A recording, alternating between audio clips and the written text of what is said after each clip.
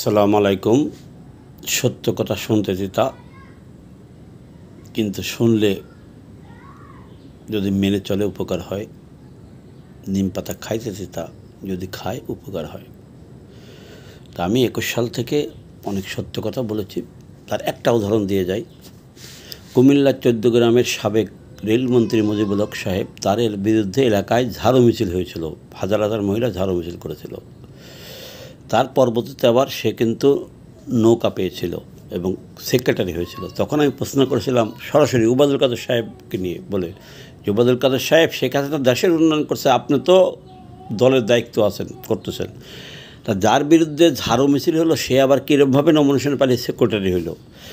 প্রধান শেখ হাসিনা বলেছিল, আমি দলের সভাপতি, কোনো ডেলিগেট যদি আমাকে একজন বলে যে আমাকে চাই না, আমি সভাপতি থাকবো না, তা সে দলের সভাপতি সে এত বড় বুক পাঠা নিয়ে কথা বলতে পারে, কারণ তার মনে শক্তি আছে। আর যে নেতার বিরুদ্ধে ঝাড়ু মিছিল হলো তাকে আবার কেন নমিনেশন দেওয়া হলো, তাকে আবার কেন সেক্রেটারি বানালো? এরকম বহুত প্রশ্ন আমি বহুত নেতার উদ্দেশ্য করেছিলাম।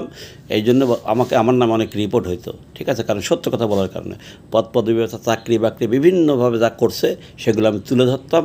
আমার অতীত আইডিগুলো ঘেটে দেখবেন, ঠিক আছে। এই জন্য আমার অতীত আইডিতে কোনো মনুষ্য আমি পাই নাই, কোনো টাকা পাই নাই। কথা বলার কারণে দল থেকে আমাকে চামচারা রিপোর্ট দিয়ে আমার আইডি খেয়ে নিয়েছিল।